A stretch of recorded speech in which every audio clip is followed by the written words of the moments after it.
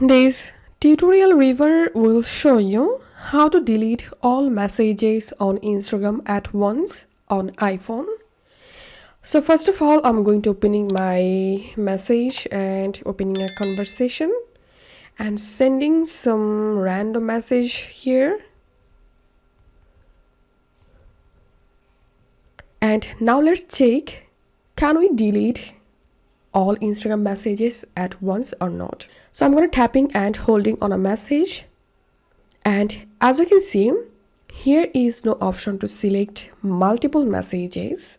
So you have to delete your messages one by one. Tap on unsend, and this is the only way. So if you're trying to delete all your messages on Instagram at once, then so here is an option. You have to delete your messages one by one manually. If you find this video helpful, don't forget to subscribe tutorial reviewer. See you in the next video.